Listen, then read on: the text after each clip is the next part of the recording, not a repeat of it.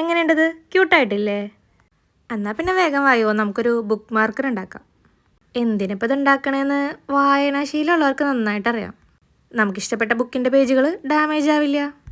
പെട്ടെന്ന് ഈസി ആയിട്ട് തന്നെ നമ്മൾ വായിച്ച പേജ് വീണ്ടും എടുക്കാൻ പറ്റും. കുറച്ച് പേജസ് ഉള്ള ബുക്കുകളൊക്കെ ആണെങ്കിൽ പിന്നെയും നമുക്ക് കുഴപ്പമില്ല. പക്ഷേ കുറേ പേജുള്ള ബുക്കുകളൊക്കെ ആകുമ്പോൾ നമുക്കത് കുറച്ച് ബുദ്ധിമുട്ടാവും.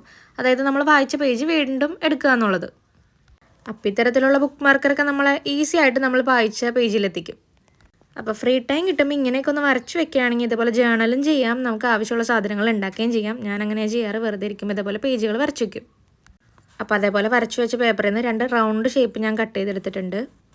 ഇങ്ങനെ വരച്ച് തന്നെ ചെയ്യണമെന്ന് ഒരു നിർബന്ധമില്ല. നിങ്ങൾക്ക് ഇഷ്ടമുള്ള പേപ്പർ എടുക്കാം. കുറച്ച് കട്ടിയുള്ള പേപ്പറാണെങ്കിൽ കുറച്ചുകൂടെ നന്നായിരിക്കും.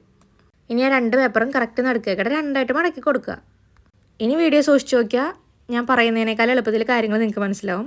ആ കട്ട് ചെയ്ത 2 പേപ്പറും ദാ ഇങ്ങനെ ഒന്ന് ഒട്ടിച്ചു കൊടുക്കുക. ഞാൻ പിടിച്ചിരിക്കുന്ന ഭാഗം കറക്റ്റ് എൽ ഷേപ്പിൽ വരുന്ന രീതിക്ക് വെച്ചിട്ട് വേണം ഒട്ടിക്കാൻ. കാരണം നമ്മളിത് പേജ് മാർക്കറായിട്ടാണല്ലോ യൂസ് ചെയ്യുന്നത്. അപ്പോൾ പേജിലേക്ക് ഇത് വെക്കാൻ പറ്റണ്ടേ?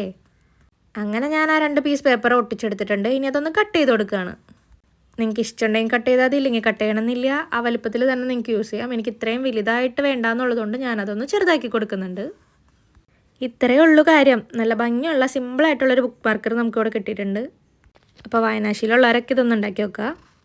ഇനി സ്കൂളിൽ പോകുന്ന കുട്ടികൾക്കാണെങ്കിൽ ലാസ്റ്റ് എഴുതിയ പേജ് പെട്ടെന്ന് ഐഡൻറ്റിഫൈ ചെയ്യാനായിട്ട് നമുക്കിത് യൂസ് ചെയ്യാം. സ്കൂളിൽ ടെക്സ്റ്റ് ബുക്കുകളുടെ ഇടയിലും വെക്കാം. അതായത് ലാസ്റ്റ് എവിടെയാണോ എടുത്തത് ആ പോർഷൻ അറിയാൻ വേണ്ടിയിട്ട് ഇതുപോലെ യൂസ് ചെയ്യാം.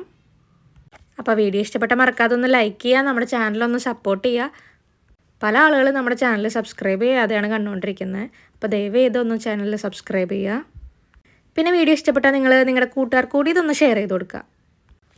അപ്പോൾ അത്രയൊക്കെ ഉള്ളൂ. അപ്പോൾ ഓക്കെ, ബൈ.